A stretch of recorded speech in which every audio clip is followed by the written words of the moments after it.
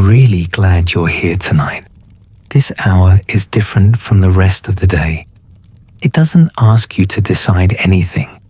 It doesn't ask you to perform or explain or keep up. It simply invites you to lie still and let your thoughts drift to places far away.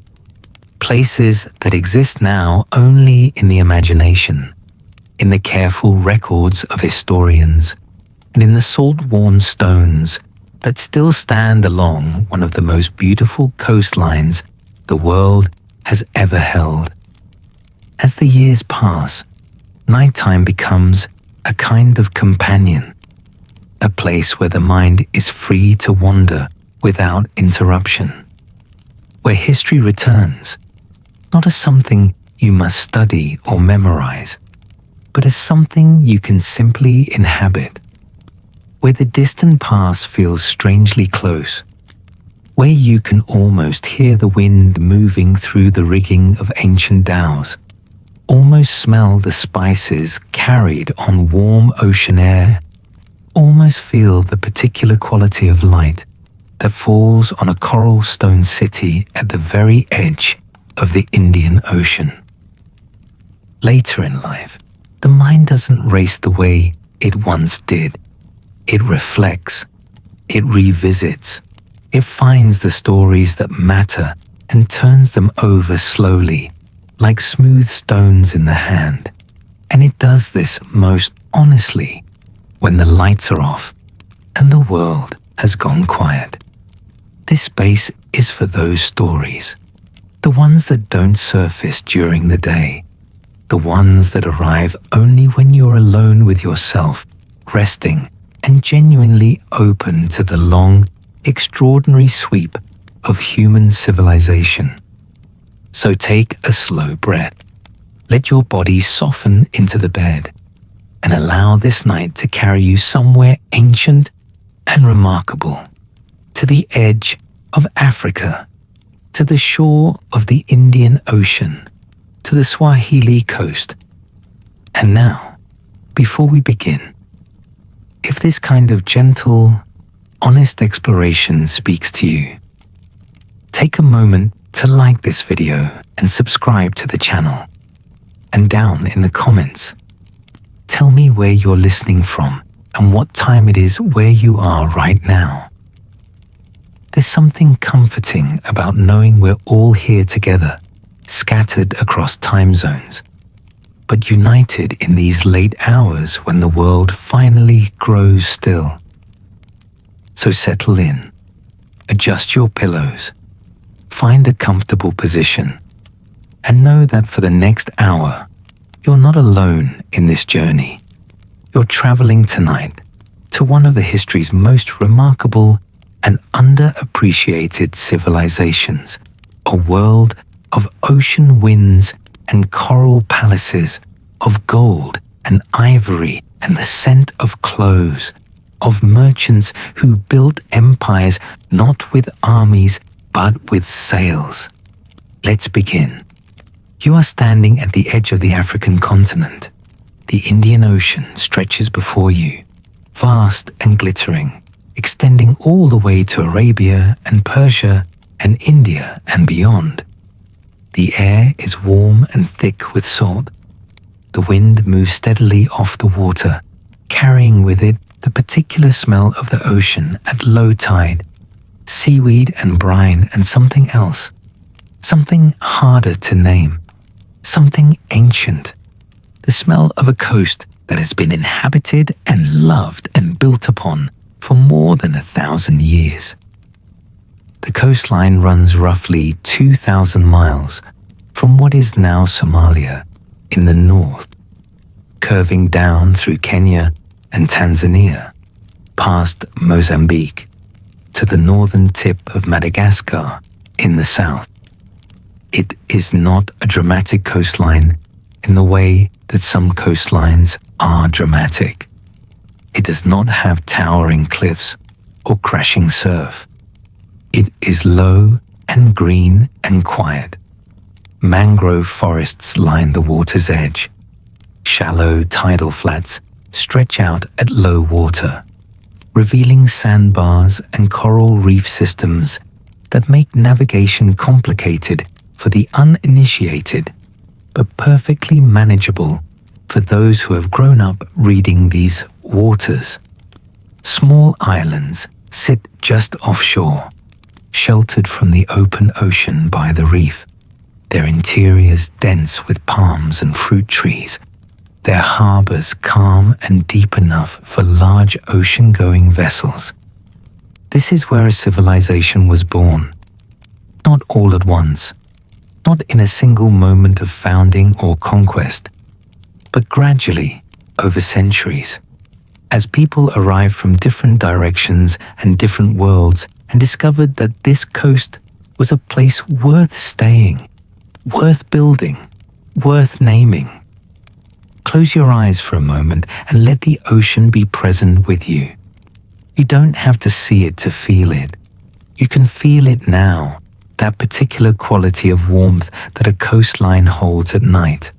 The way the ocean releases the heat it has absorbed during the day, warming the air around it even after the sun is long gone. The Swahili coast is warm in this way. It is always warm. The seasons here are not defined by temperature, but by wind, by the shift of the monsoon. And the monsoon is everything. You need to understand this from the beginning. The monsoon winds are not a background detail on the Swahili coast. They are the engine of everything that ever happened here.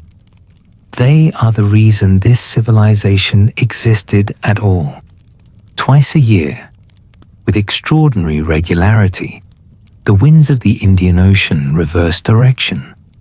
From roughly November through March, the northeast monsoon blows from Arabia and India toward the African coast, cool and steady and reliable. A captain in Muscat or Calicut could set sail during these months and know, with something approaching certainty, that the wind would carry him southwest toward Africa. Then, from roughly April through October, the wind shifts. The southwest monsoon begins to blow, pushing up from the south, and those same captains could catch it on their return journey, allowing the wind to carry their heavy, loaded vessels back across the ocean toward home. This natural engine, this cosmic breathing of the Indian Ocean, made the Swahili coast accessible in a way that few other places in the ancient world were. You did not need exceptional seamanship to reach it. You needed timing. You needed knowledge of the seasons. You needed a vessel built to work with the wind rather than against it. And for thousands of years, the people who lived on this coast and the people who visited it understood this knowledge so deeply it had become second nature. The wind told you when to leave and when to arrive and when to go home. The ocean was not a barrier, it was a road. It was, in fact, the oldest and most reliable highway the ancient world possessed. Let that settle over you as you lie there in the dark. The idea that an ocean could be a road, that the same water that seems to separate continents was actually connecting them, continuously, seasonally, for millennia before the modern era. Long before Europe had any sense of a wider world, long before the great age of European exploration, long before Vasco da Gama rounded the Cape of Good Hope and announced to his king that he had found a sea route to India. The Indian Ocean was already deeply, intricately, sophisticated in its commerce, and the Swahili coast was one of its most important crossroads. The people who first settled this coast permanently were Bantu-speaking Africans. They arrived from the interior of the continent, moving eastward over generations, carrying with them their languages and agricultural knowledge and ironworking skills and complex social structures. They found the coast favorable. The climate was manageable. The sea provided protein. The mangrove forests provided timber and construction materials. The land behind the coast was fertile enough for farming, and the small offshore islands provided natural protection from inland threats while remaining accessible by short boat crossings. These early coastal communities were fishing villages and small farming settlements. They caught fish and harvested shellfish and grew their food in garden plots. They built their structures from the materials at hand, timber and thatch and the hardened earth, and they developed a relationship with the sea that would define everything that came after. They learned the ocean. They learned its moods and its rhythms and its dangers and its gifts. They built boats and learned to navigate the coastal waters. They traded among themselves from settlement to settlement, creating the first networks of exchange along the coast. And then the visitors began to arrive. The earliest outside contacts on the Swahili coast are difficult to date with precision, but they were happening in some form during the first centuries of the Common Era. Arab and South Arabian traders who had been working the Red Sea trade routes for generations gradually extended their network southward along the East African coast. They were looking for what the African interior had in abundance: ivory from the enormous elephant populations of the savannah, tortoise shell from the coastal waters, ambergris from the sperm whales that moved through Indian Ocean waters, mangrove poles, which were prized in Arabia where wood was scarce, and which the coastal forests produced in long, straight, almost perfectly uniform lengths that made ideal roof beams and structural supports. Later, enslaved people would become part of this trade as well, one of its darkest dimensions. Though in these earliest centuries, the trade was primarily in raw natural materials. The Bantu coastal communities welcomed these traders, or at least they accommodated them. They had goods to sell. The traders had goods to offer in return: cloth from the Red Sea region, pottery from the Persian Gulf, glass beads from workshops in the Mediterranean and India, metal goods and tools. The exchange was mutually beneficial, and it continued season after season, monsoon after monsoon, for decades and then centuries. Something remarkable began to happen through this sustained contact. The coastal communities and the visiting traders were not simply exchanging goods. They were exchanging ideas, languages, religious practices, architectural techniques, ways of organizing social life and conducting commerce. And over generations, this exchange produced something entirely new, a culture that was neither purely African, nor purely Arab, nor Indian, nor Persian, but a genuine and original synthesis of all of these influences, rooted firmly in African soil and African identity, but enriched and transformed by centuries of contact with the wider world. This culture and the language that emerged from it would come to be known as Swahili. The word Swahili comes from the Arabic word for coast, Sahil, the people of the coast. That is what the name means. And the language that bears this name is itself a perfect expression of what this civilization was. It is fundamentally a Bantu language built on an African grammatical structure, with African roots at its core. But it absorbed, over centuries of trade and contact, enormous quantities of vocabulary from Arabic and significant amounts from Persian and Indian languages as well. Modern Swahili contains thousands of words of Arabic origin, most of them related to religion, trade, navigation, and the sea. The very texture of the language tells you the story of how it was formed.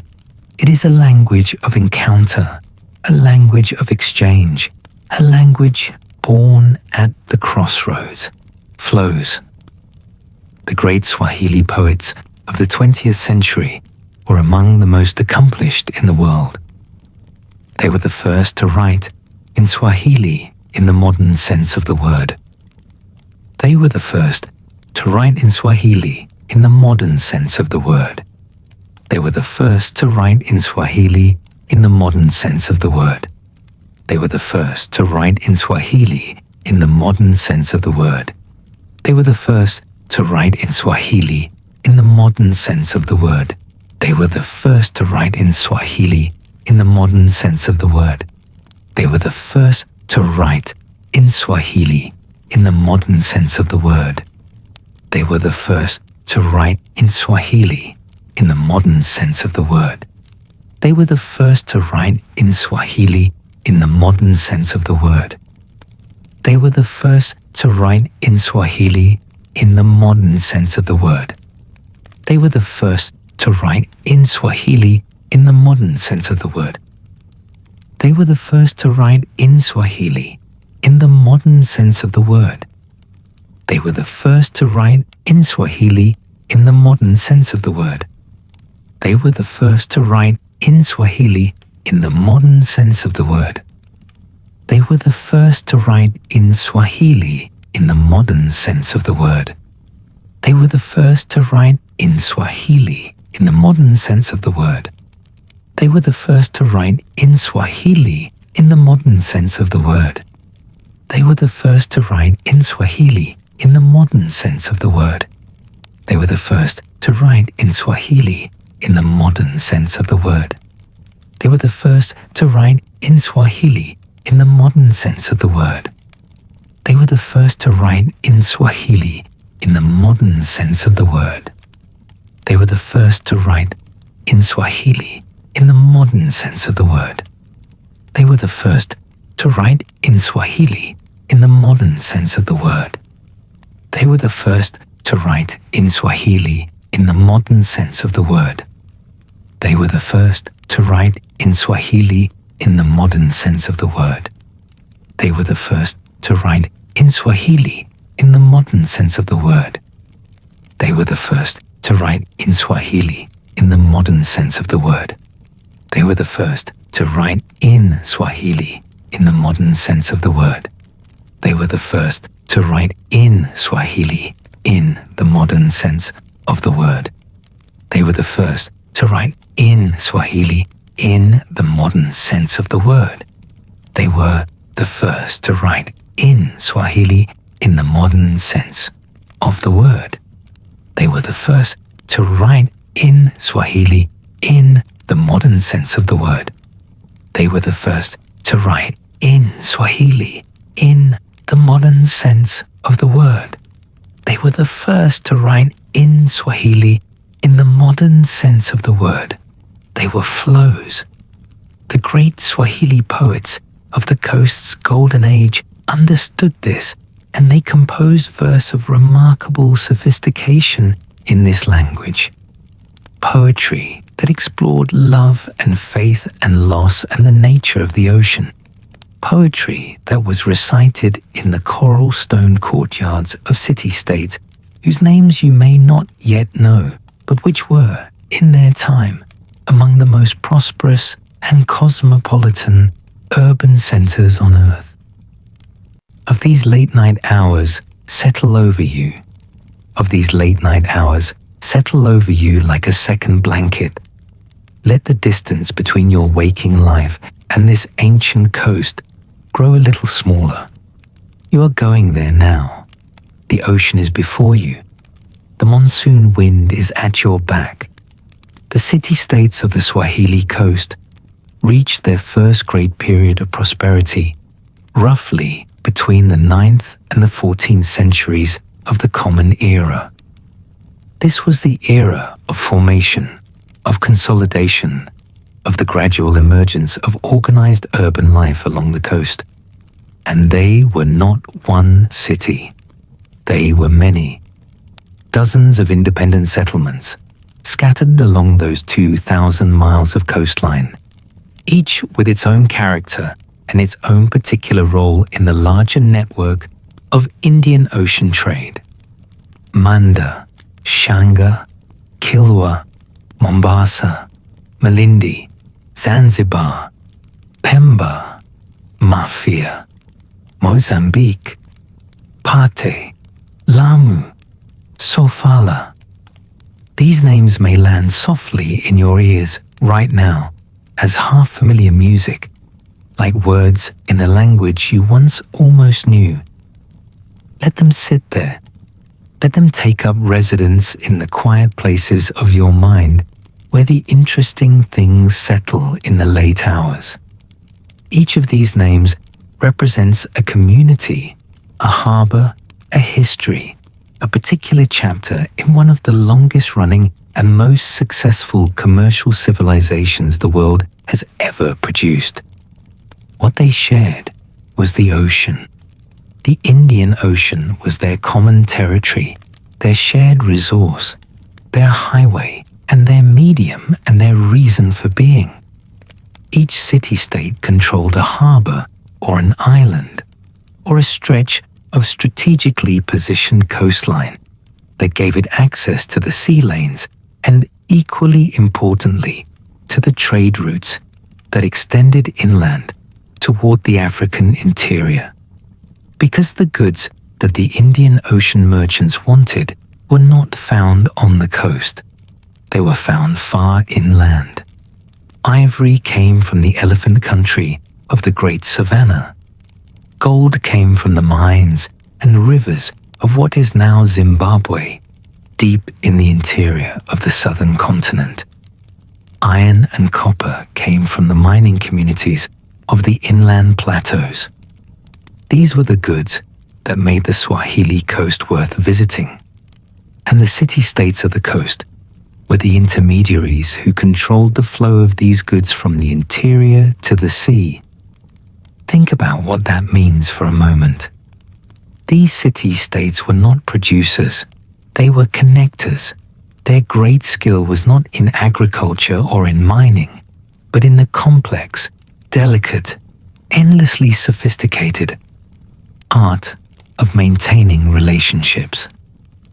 Relationships with the trading communities of the interior, the Shona kingdoms, and the various Bantu polities of the savannah and plateau, who could be persuaded to send their gold and ivory to the coast if the terms were right, if the goods offered in return were desirable, if the road between the interior and the sea was kept reasonably safe and open, and simultaneously relationships with the merchants who arrived every season on the monsoon winds, Arab dhow captains and Indian textile traders and Persian merchants who needed to know that the harbor would be safe, that the scales would be honest, that the goods would be available, that the prices would be fair.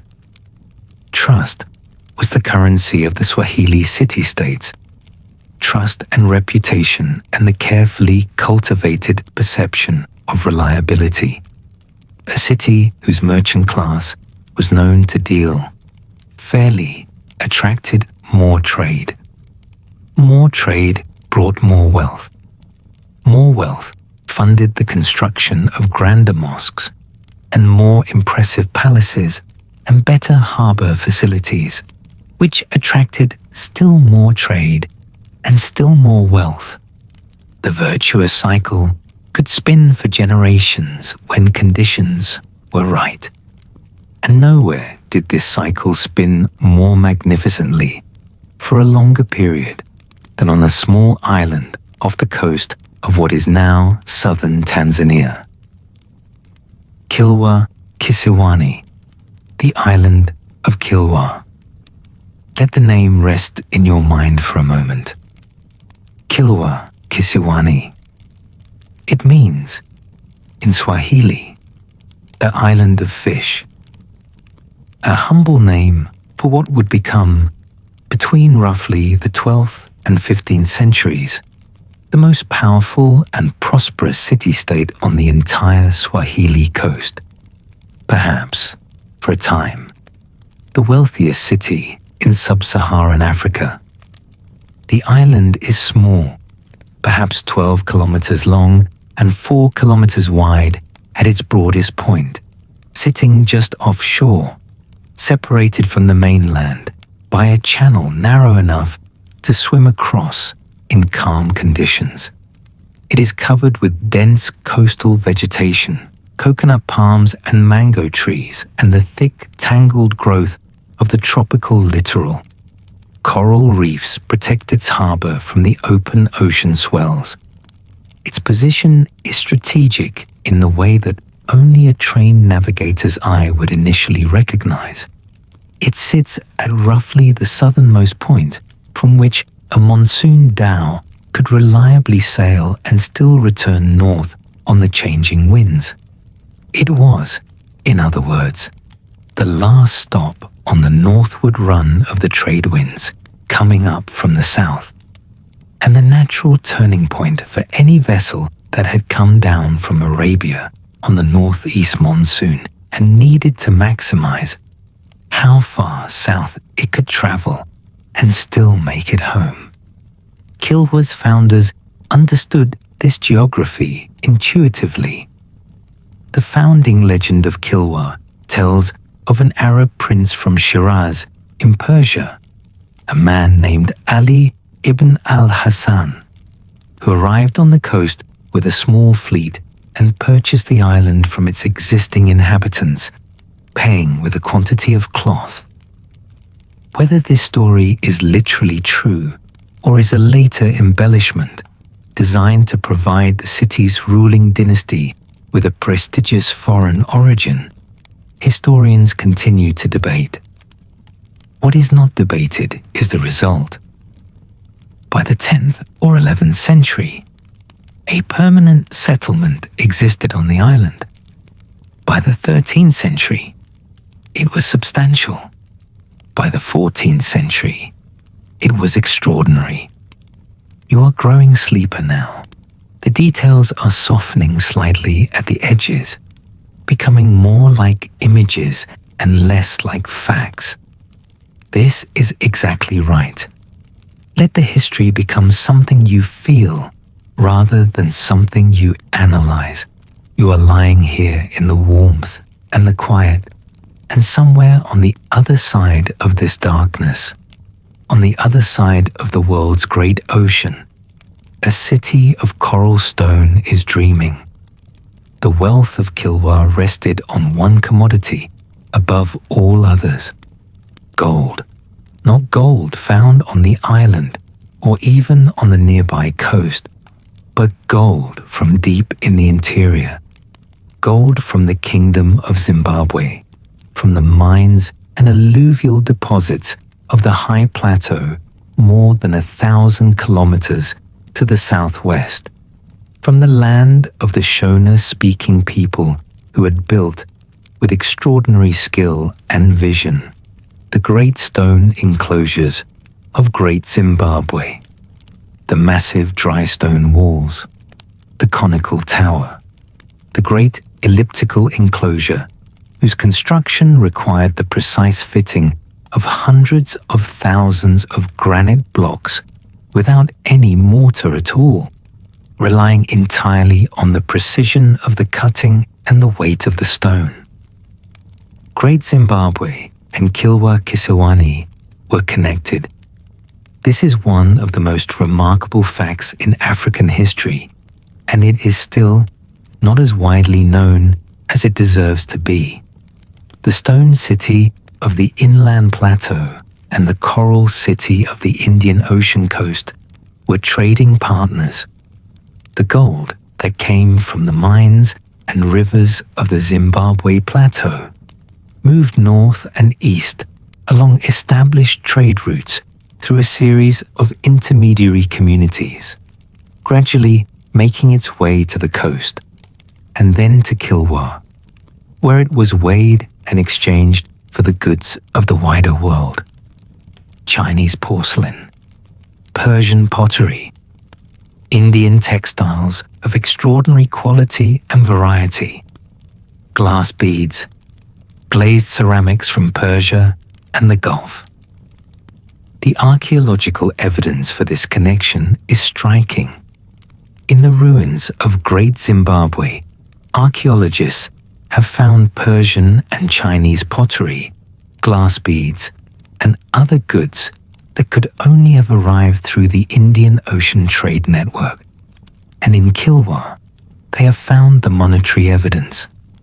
Coins minted by Kilwa's ruling sultans, the famous Kilwa coins, some of which have been discovered as far afield as Australia, suggesting not a direct trading link necessarily, but a remarkable spread through secondary exchange networks that moved across the entire Indian Ocean world. Let the scale of this sink in as you rest. A gold trading network that connected the high plateau of southern Africa to the harbors of the Persian Gulf and the workshops of China and the courts of India. Not in the modern era, not in the age of steam or telecommunications.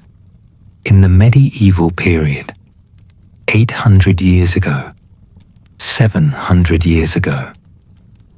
While Europe was building its Gothic cathedrals and navigating its feudal hierarchies, a network of East African city-states was quietly managing one of the most sophisticated, long-distance trading systems the ancient world had ever produced.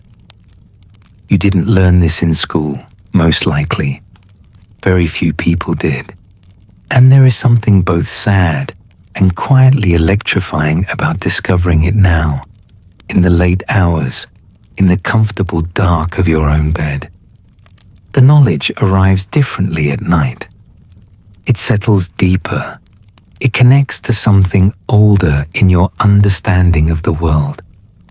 You find yourself thinking, of course, this is how it was. Of course, human beings have always been more interconnected, more brilliant, more capable of extraordinary organization than the stories we were told would suggest. The physical fabric of Kilwa at its height would have astonished a visitor arriving by sea. The harbor was busy with vessels of every description. Dhows from Arabia with their distinctive triangular lateen sails, laden with textiles and ceramics. Indian merchant ships with their cargo of cotton cloth and copper wire and glass beads. Smaller coastal vessels moving between the city-states of the coast, carrying the local goods that kept the regional economy functioning. And the particular smell of a working harbor everywhere, salt and fish and wood smoke, and the particular sharp sweetness of spices being carried, handled, traded. Behind the harbor, the city rose on the coral rock. And here is where Kilwa distinguished itself most dramatically from the ordinary coastal settlements of its neighbors and predecessors. It built in stone, specifically in coral stone. The reefs surrounding the island provided an apparently limitless supply of this material. Coral could be cut from the reef in blocks, while still wet and relatively soft, and then shaped and fitted and allowed to harden as it dried into a durable building material of surprising strength and beauty. The craftsmen of Kilwa became masters of this medium. Their buildings were not simple or functional. They were sophisticated and beautiful and designed to impress. Arched doorways with intricate geometric carvings. Interior courtyards open to the sky, allowing light and air to circulate through buildings that might otherwise be stifling in the tropical heat. Flat roofs of dressed coral supported on beams of mangrove timber, niches in the walls for oil lamps, casting soft patterns of light and shadow across carved plaster surfaces. And the mosques, always the mosques. The people of the Swahili coast had converted to Islam over the centuries of contact with Arab and Persian traders and religious teachers. By the time of Kilwa's greatest prosperity, in the 13th and 14th centuries, Islam was deeply embedded in Swahili cultural life, not as a foreign imposition, but as a genuinely adopted faith, practiced in ways that blended the formal requirements of Islamic religious observance with local customs and traditions that predated the arrival of the religion. The Islam of the Swahili coast had its own character, its own flavor, its own relationship to the broader Islamic world that was simultaneously part of something universal and distinctly local. You are nearly there now, nearly at the edge of sleep. The city is beginning to appear not as words, but as something more immediate.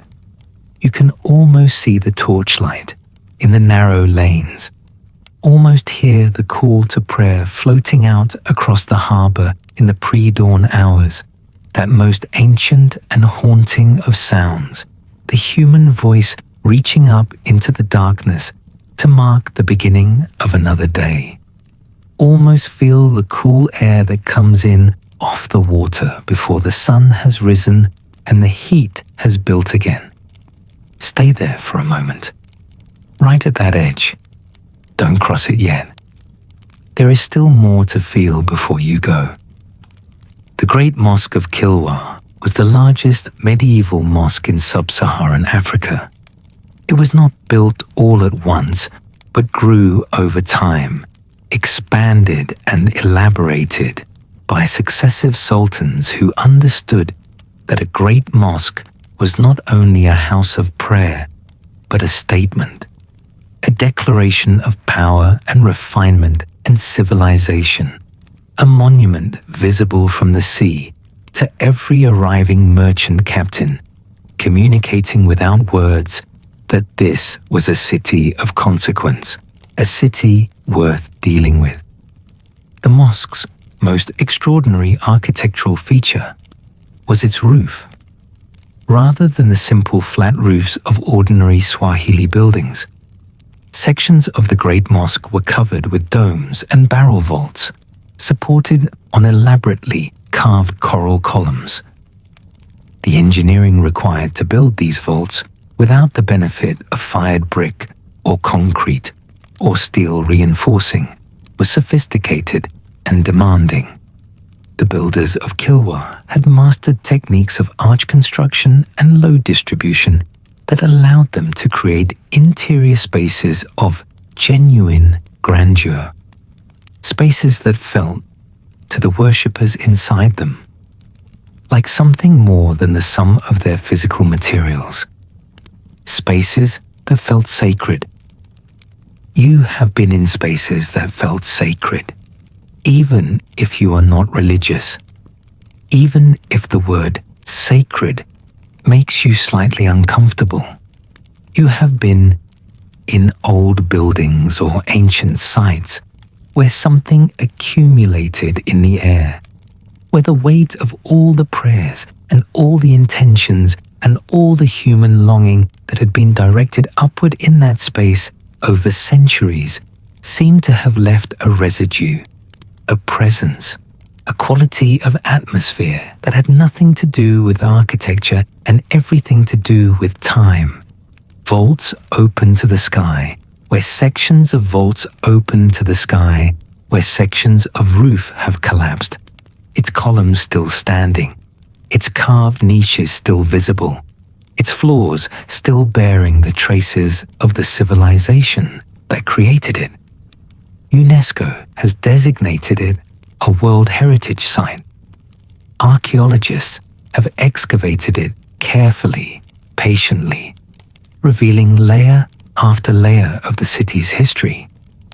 And if you were to stand there now, in the real world, in the physical ruins on that small island off the coast of Tanzania, you would feel something.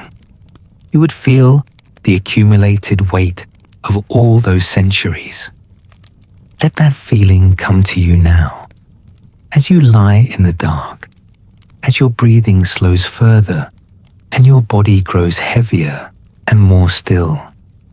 Let the ancient stones be present with you.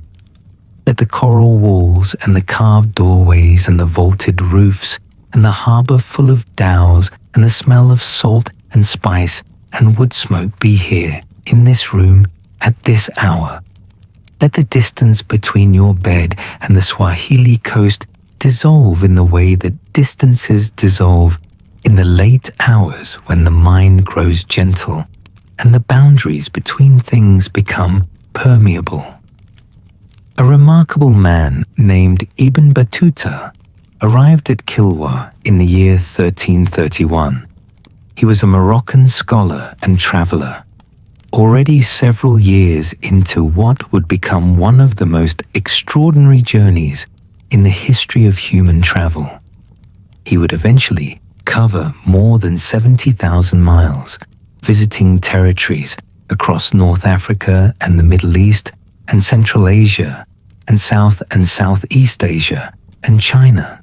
And his account of his travels, the Rila, remains one of the most vivid and detailed documents we have of the medieval world as it actually was, rather than as we imagine it to have been. He was not easily impressed. He had seen Cairo and Constantinople and the courts of Indian sultans and the cities of the Persian Gulf. He had witnessed grandeur in many forms, and yet when he arrived at Kilwa, he recorded his impressions with what reads across 7 centuries as something close to genuine admiration. He described it as one of the most beautiful cities in the world. He praised its architecture, its commercial activity, its religious life. He noted the generosity of its sultan, whose custom it was to receive foreign travelers and provide for their needs as a matter of course, as an expression of the city's wealth and confidence and the Islamic virtue of hospitality. You are listening to the voice of the 14th century reaching across time to tell you something true and direct and unmediated by modern interpretation. Ibn Battuta was there. He walked those streets. He ate in those houses. He prayed in that mosque. He saw with his own eyes what the historians pieced together from archaeology and chronicles and inference. And he said, this place was beautiful. This place was great. Believe him. Let his testimony settle into your understanding of the world as something solid and reliable. One of the most beautiful cities in the world stood on a small coral island off the coast of East Africa in the 14th century. And almost nobody taught you this. And now you know. Your eyes are heavy now. The outline of the city is softening in your mind, the details blurring into a general impression of light and warmth, and the sound of the ocean and the smell of something fragrant. Your body has found its resting position. The covers are warm. The room is quiet. The night is holding you gently as it has held you every night of your life. Vaulted roof open now to the stars. the vaulted roof open now to the stars, the gold from the inland plateau, the cloth from India, the pottery from China and Persia, the language born from encounter, the civilization built on trust and wind and the ancient rhythm of the monsoon. All of it real. All of it yours now. All of it part of the story of what human beings have been capable of when they chose commerce over conquest, connection over isolation, beauty over mere function. You have traveled far tonight. Let yourself rest. When you come back, when we continue this journey together, there is more waiting for you.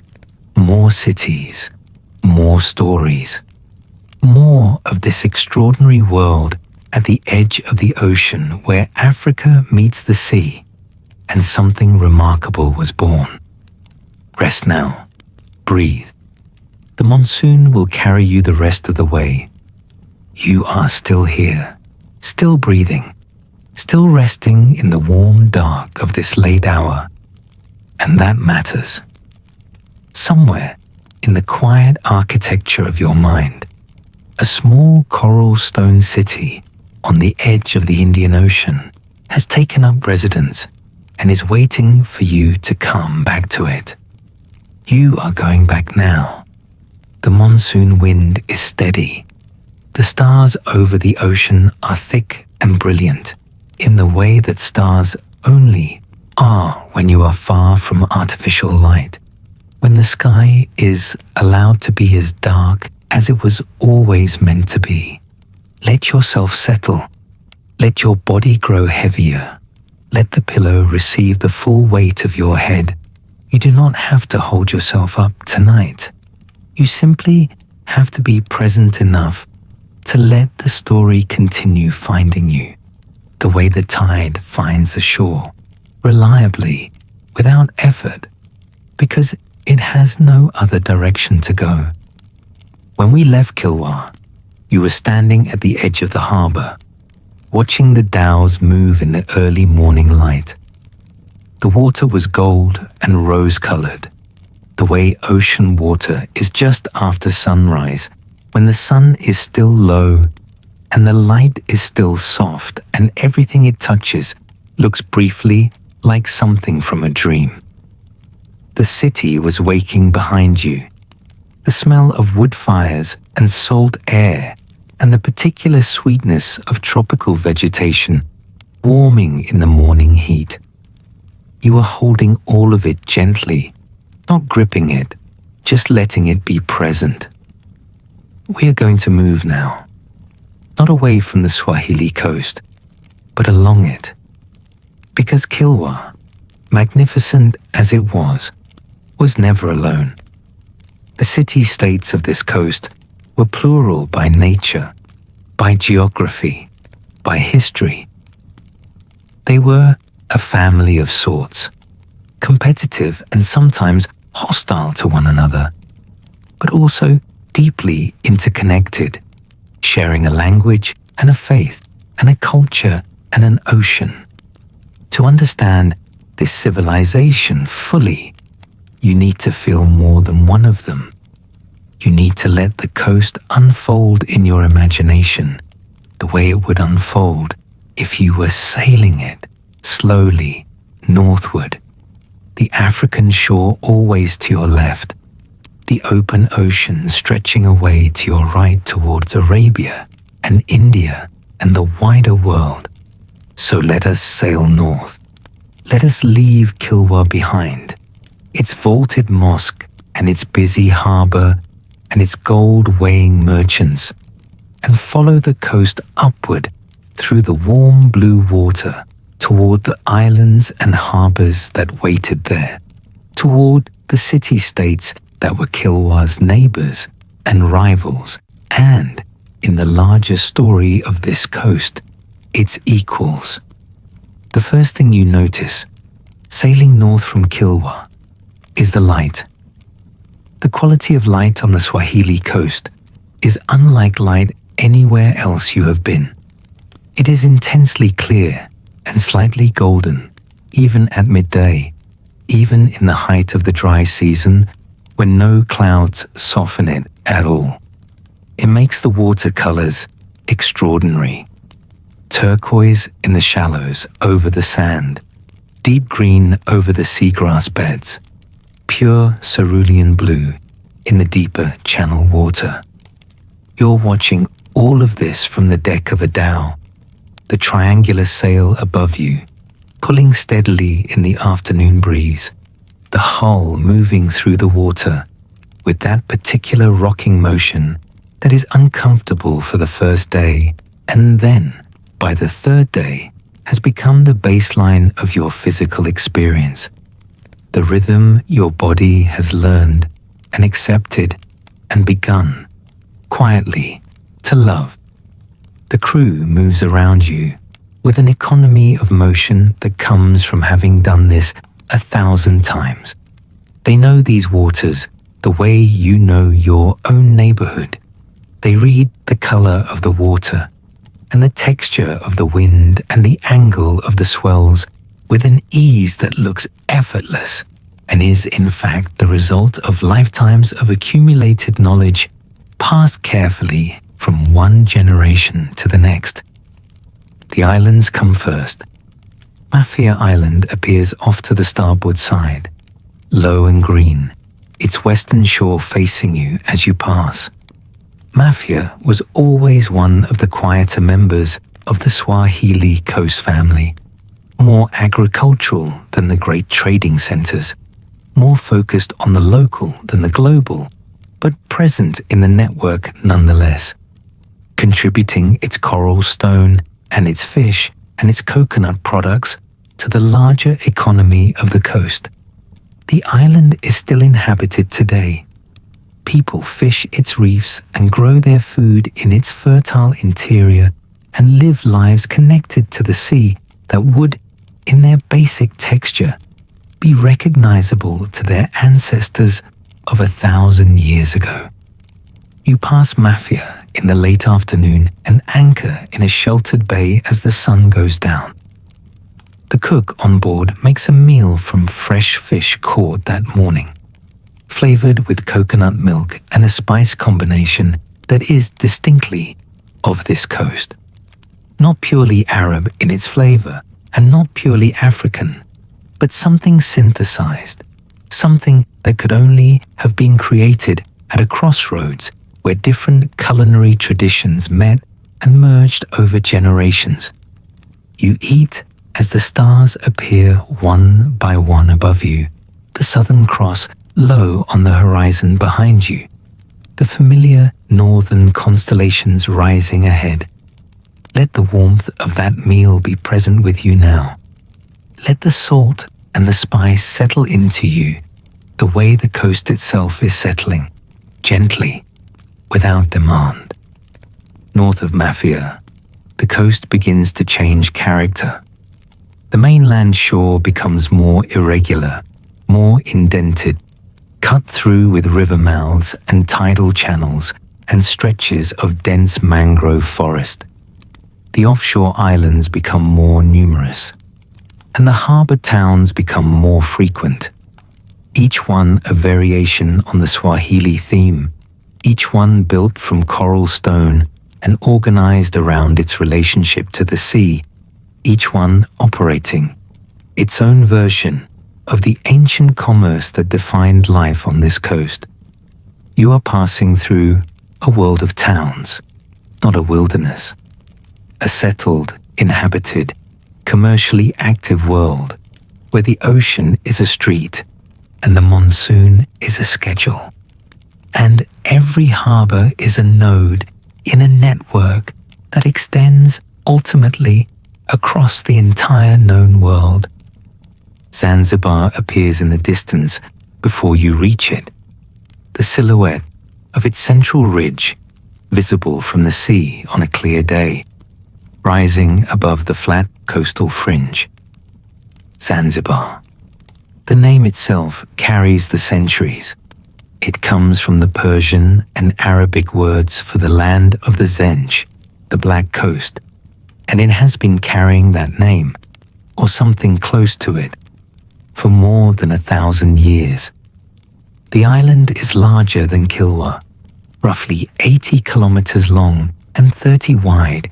Its interior fertile and well-watered. Its western harbor deep and well-protected and ideally positioned to serve the sailing vessels that moved up and down the coast. In the medieval period, Zanzibar was a substantial and commercially active member of the coastal network. Ships stopped here to take on water and provisions. Merchants established seasonal quarters in its harbor town. Trade goods passed through its market on their way to more distant destinations. The island contributed to the whole and drew from the whole, as all the city-states did, in the intricate mutual dependence that was the genius of this civilization.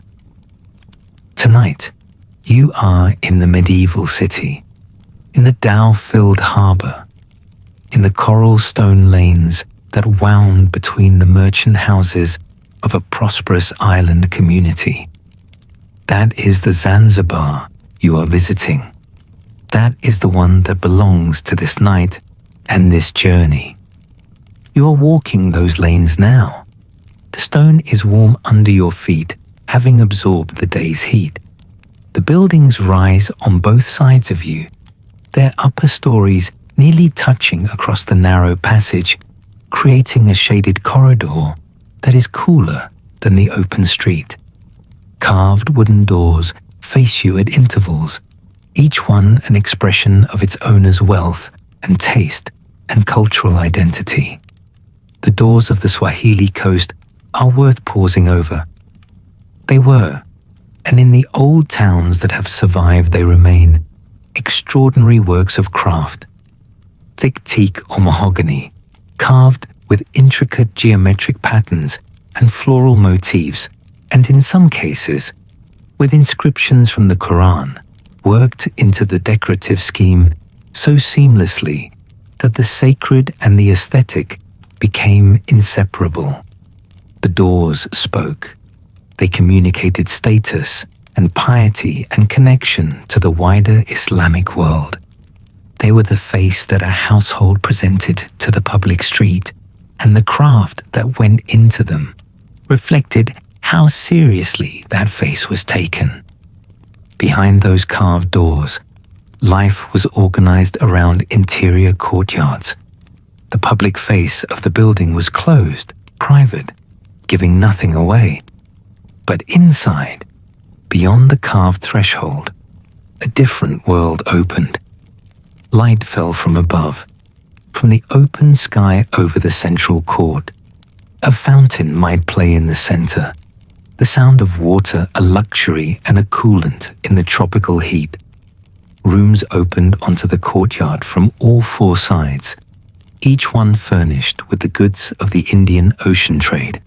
Fine carpets from Persia, bolts of Indian cloth stored in carved wooden chests, shelves displaying the Chinese porcelain that was both practical dining ware and conspicuous display.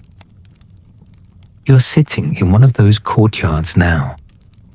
The water is cold and the shade is deep, and the sound of the city comes to you filtered and softened by the thick coral walls, reduced to something almost musical, almost soothing. You notice the details of the room around you, the carved plaster niches in the walls that hold oil lamps, filling the space in the evening hours with a warm, unsteady light that makes everything look softer and more permanent than it is.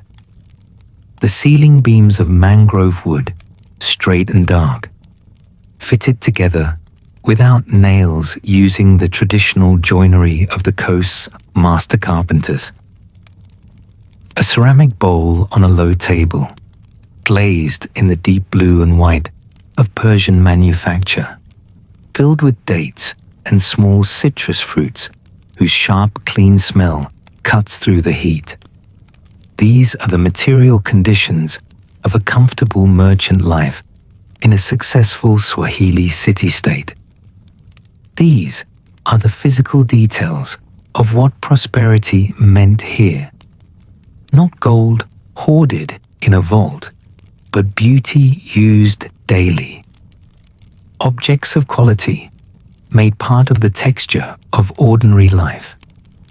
Further north, the coast opens into the long, irregular shoreline of what is now Kenya, and the city-states here have their own distinct personalities, shaped by their particular geography and the long histories of the communities that built themselves up from this ground and this water over centuries. Mombasa. You have perhaps heard this name before, attached to maps of East Africa, or to modern travel writing, or to the complicated history of the colonial period. But before all of that, before the Portuguese and the British and the railways and the container port, Mombasa was simply a great harbour city. It sits on a small island in a deep, sheltered harbour where two tidal creeks meet the sea, and it has been one of the great ports of East Africa for more than 1,000 years. Its position is almost perfectly advantageous. The island is surrounded by water on all sides, making it naturally defensible. The harbour is deep enough to take large ocean-going vessels and sheltered enough to provide safety from sudden coastal storms. The city that grew here was, from early in its history, one of the busiest and most cosmopolitan on the entire coast. In the medieval period, Mombasa was a major commercial centre with a diverse and layered population. Arab and Indian merchants maintained permanent residences there, not merely visiting seasonally, but establishing households, raising children who were Swahili in language and culture, even if mixed in ancestry. This was the pattern across the coast. The foreign merchants who came season after season, generation after generation, did not remain permanently foreign. They were absorbed. They contributed to the culture even as they participated in its commerce. Their sons studied with Swahili scholars. Their daughters grew up in Swahili households. They prayed in the same mosques as families whose ancestors had been on this coast since before the first Arab dhow appeared on the horizon. Marriage across cultural lines was common. The grandchildren of Persian merchants and Bantu coastal women became Swahili people whose identity owed something to both heritages and was diminished by neither. The resulting society was genuinely more cosmopolitan than most of what existed in the medieval world. Commerce required tolerance. Commerce required the ability to deal honestly and repeatedly with people who were different from you, who prayed differently or organized their families differently, and to maintain those relationships across years and decades and generations.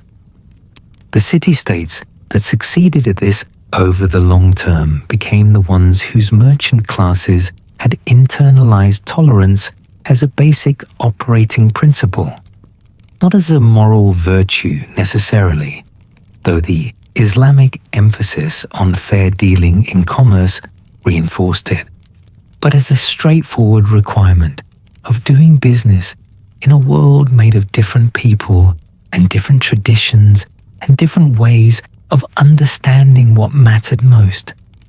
You have lived long enough to understand what this requires. The patience of genuine tolerance.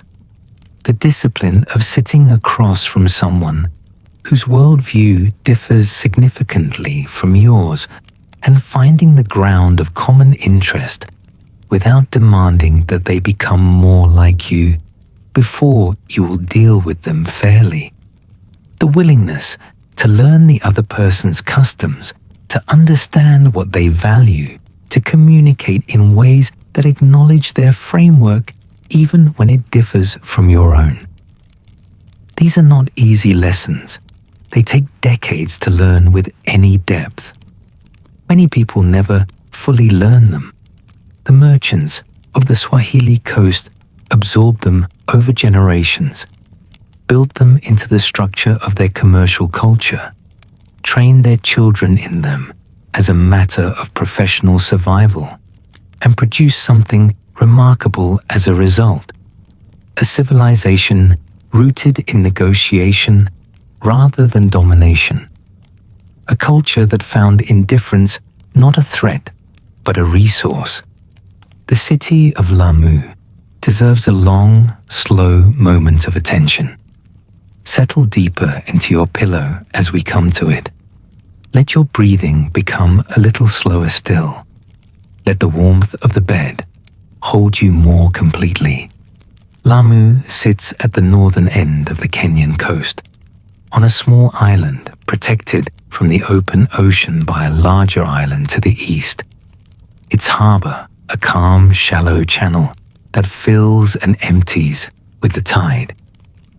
Unlike many of the great Swahili city-states, Lamu has survived, not as a ruin, not as an archaeological site, but as a living, breathing, inhabited old town where Swahili civilization has continued without dramatic interruption for centuries.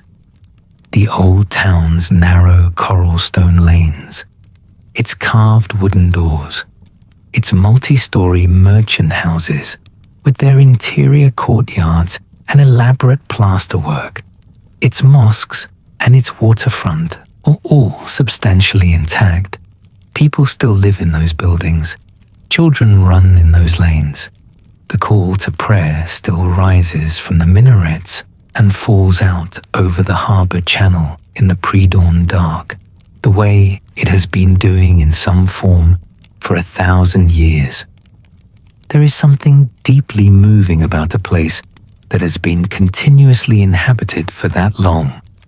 A place where the accumulation of human presence is not just visible, but palpable.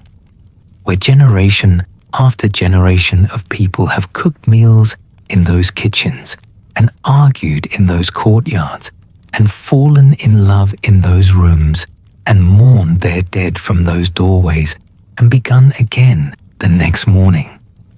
When you walk through Lamu's old town, you are not visiting a museum of a dead civilization.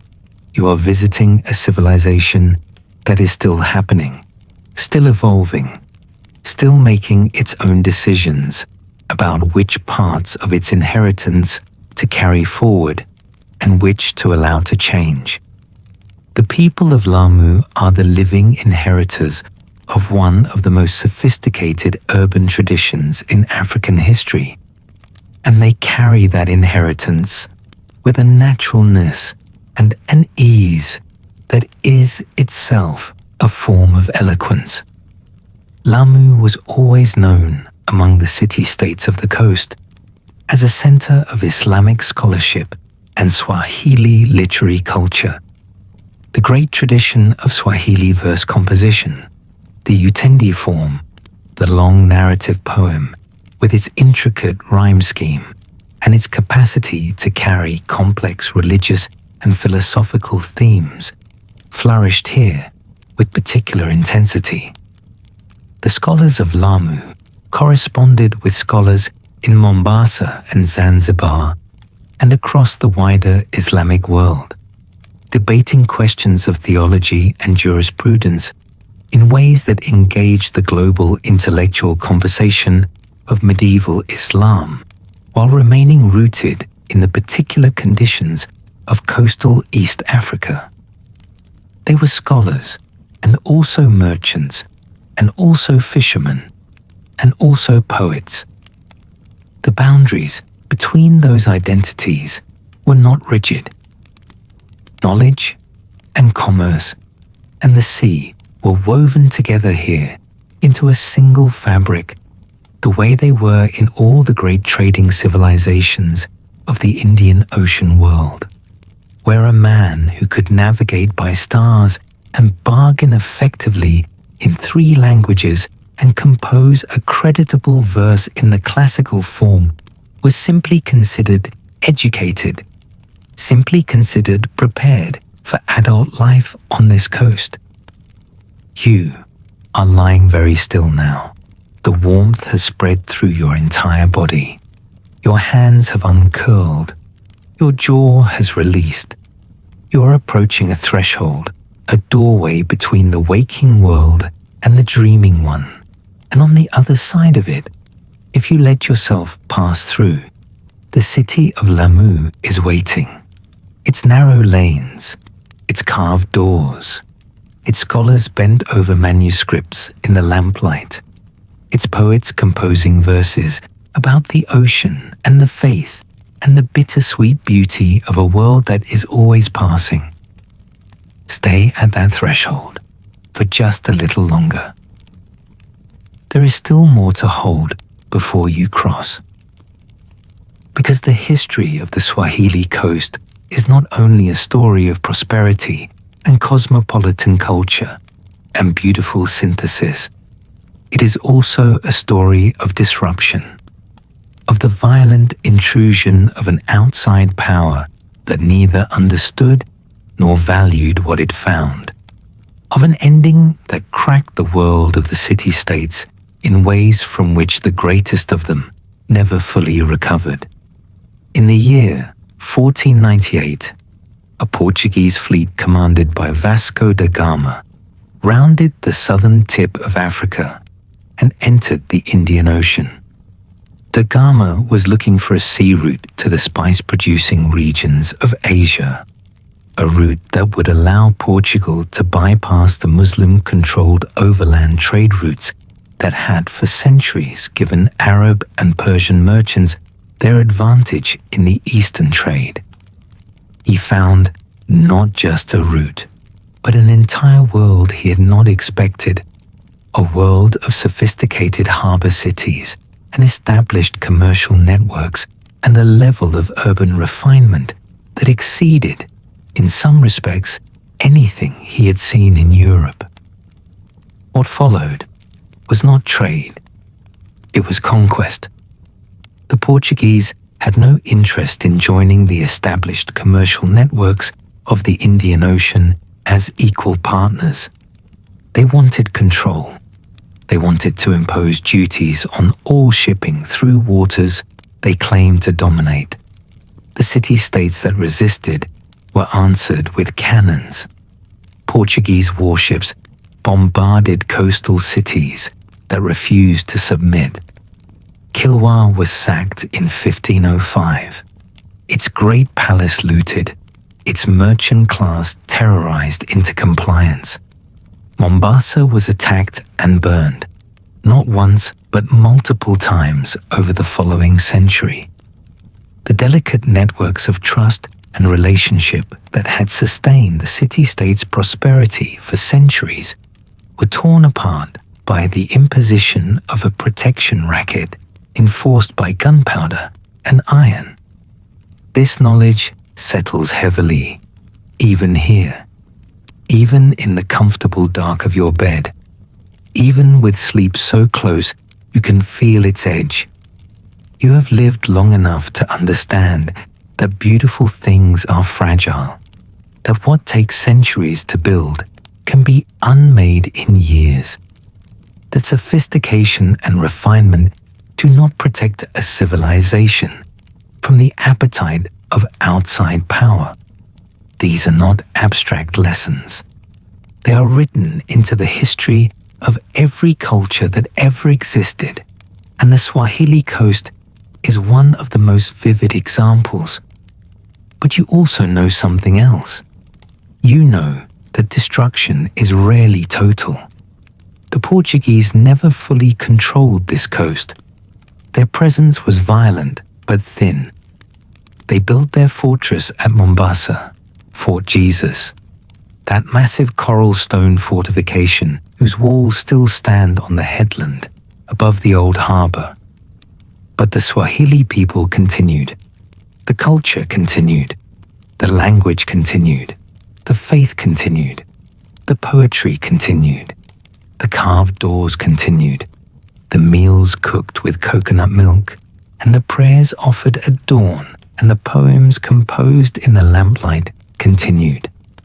Life found its way around the obstruction, the way water finds its way around stone, patiently, persistently, without drama, without requiring anyone's permission. By the 17th century, the Portuguese grip on the coast was weakening. The Omani Arabs from the Persian Gulf, responding to appeals from the Swahili city-states and motivated by their own commercial and strategic interests, launched a sustained campaign to drive the Portuguese out. Fort Jesus at Mombasa fell to Omani forces in 1698 after a 2-year siege that ended when the last Portuguese defenders, reduced by disease and starvation and continuous assault, finally surrendered. The Portuguese era on the Swahili coast was effectively over. The Omani era brought its own complications, its own versions of outside power overriding local preference.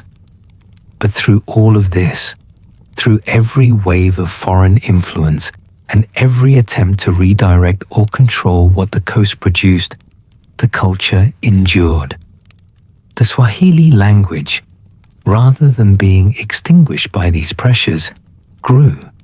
It spread inland with the trade routes, becoming the shared language of enormous stretches of East Africa. Today, it is spoken by more than 200 million people across Tanzania, Kenya, Uganda, Rwanda, the Eastern Congo, and beyond. It is the most widely spoken African language on the continent. The language born at the crossroads, grown from the encounter between Bantu Africa and the wider Indian Ocean world, is alive and expanding and carrying its centuries of history forward inside every sentence spoken by every one of those 200 million voices. Let that be the image you carry towards sleep. Not the cannon fire, not the burning harbor. Let the language be the image, the living, breathing, growing language that outlasted every empire that tried to reshape or silence it, more durable than coral stone, more present in the world tonight than any sultan or viceroy who ever passed through these waters. Language as the ultimate monument. Language as the truest measure of what a civilization was and is and continues to be. There is one last thing to sit with before sleep takes you. Somewhere right now, on the island of Lamu, a poet is sitting in a room lit by a single lamp. The room is in a coral stone house that has stood for 3 centuries. Its walls thick enough to hold the coolness of the night against the coming heat of morning. The poem being composed tonight is in the classical Swahili form, the utendi, with its 4-line stanzas and its demanding rhyme scheme. The poem is about the sea that brought the traders and the scholars and the conquerors, the sea that gave and the sea that took, the sea that is always present, always audible, always smelling of salt and distance and possibility. The sea that the Swahili people have been reading like a text since before written language arrived on this coast. And the poem will outlast the poet, the way all the best things outlast the people who made them. You can hear the sea from where you are lying. Not literally, not physically, but in the way that the mind, in the late hours, can produce sounds that carry meaning rather than decibels. The low, steady rhythm of waves on a coral reef, the particular sound of a dhow's sail catching the night wind, the water moving through the channels between the islands, the tidal current that never stops, that has been flowing through those channels since long before any human hand cut coral from a reef and laid it into a wall. That sound is in you now. You carried it in without knowing it, the way all of us carry the ocean in us in some form, in the salt of our blood and the rhythm of our breathing and the ancient memory of origins that predate every civilization. You are part of this story, not as a descendant of the merchants of Kilwa or the scholars of Lamu, but in the deeper sense in which all human beings are part of all human stories. We carry the Swahili coast inside us, the way we carry every great civilization that ever reached toward beauty and connection, and the careful construction of something worth leaving behind, as evidence of what we are capable of, as reminders that the human impulse toward beauty and community and honest exchange is not fragile or accidental. It is persistent. It reappears in every era and on every coastline and in every language. It was here 1,000 years ago, on the edge of the Indian Ocean, and it is here tonight, in the room where you are resting. You know this. You have always known it, perhaps, that the capacity for greatness is not concentrated in any one place, or any one people, or any one era. That the story of human civilization is a web, a vast and complicated and beautiful web of simultaneous achievements and catastrophic failures and remarkable recoveries and unexpected connections. The Swahili coast is one of its most glittering strands. You are another. We are all woven into it together, without exception, in the great unfinished pattern of what human beings have been and are and might still become.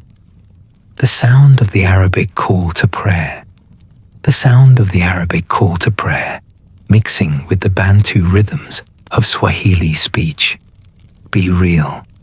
A sound that could only ever have existed here, at this particular crossroads, in this particular civilization, under these particular stars. You took the time. You stayed present. You let something distant become something close. That is its own kind of generosity, the generosity of genuine attention. And it matters. Your breath is very slow now. The spaces between inhale and exhale have grown longer, more comfortable, less insistent. Your body has remembered its deepest wisdom, the knowledge that rest is not weakness, and surrender is not defeat, and the closing of eyes is not an ending, but a passage. Sleep is a passage. Every night you take it, every morning you return. And somewhere in the space between, in the country that exists behind closed eyes, the things you have learned and loved and wondered over are sorted and stored and woven into the larger fabric of who you are. Tonight the Swahili coast is being woven into that fabric.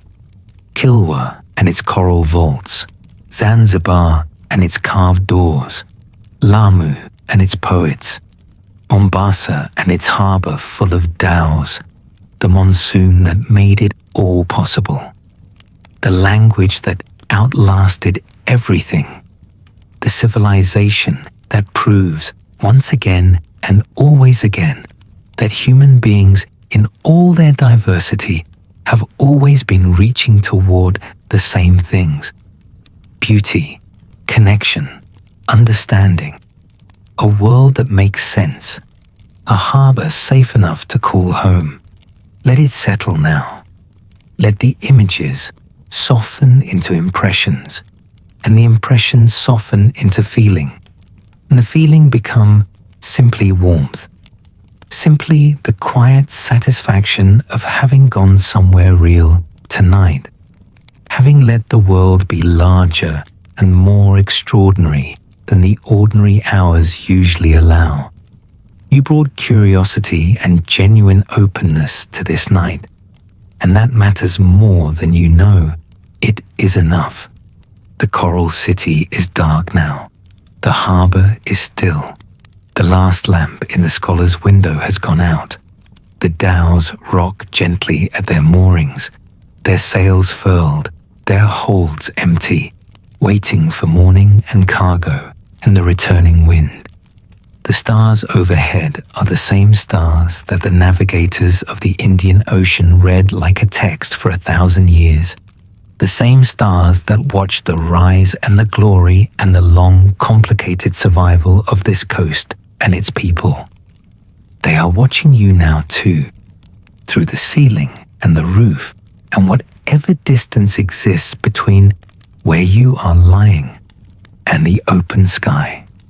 The same stars, the same darkness, the same ancient light that has been traveling toward us for so long, it barely remembers where it started. You are small beneath them, beautifully, comfortably small, not insignificant, never insignificant, but small in the best sense, small the way all human beings are small when they genuinely grasp the scale of what they are part of, small and held, small and warm, small and drifting now, finally, toward the rest you have been earning all day and all evening and all through this long, generous night of traveling. The fires die down, the stories settle, and the world grows still. Let your thoughts drift away like embers on the wind. Good night. You have journeyed far through time tonight, across 1,000 years and 2,000 miles of the most beautiful coastline on earth, through the rise and the glory and the survival of a civilization that deserved to be told, that deserved to be remembered, that deserved to find you here in the dark and settle into the part of you that keeps the things worth keeping. Now it is time to journey into dreams. Close your eyes, breathe slowly, and let sleep find you.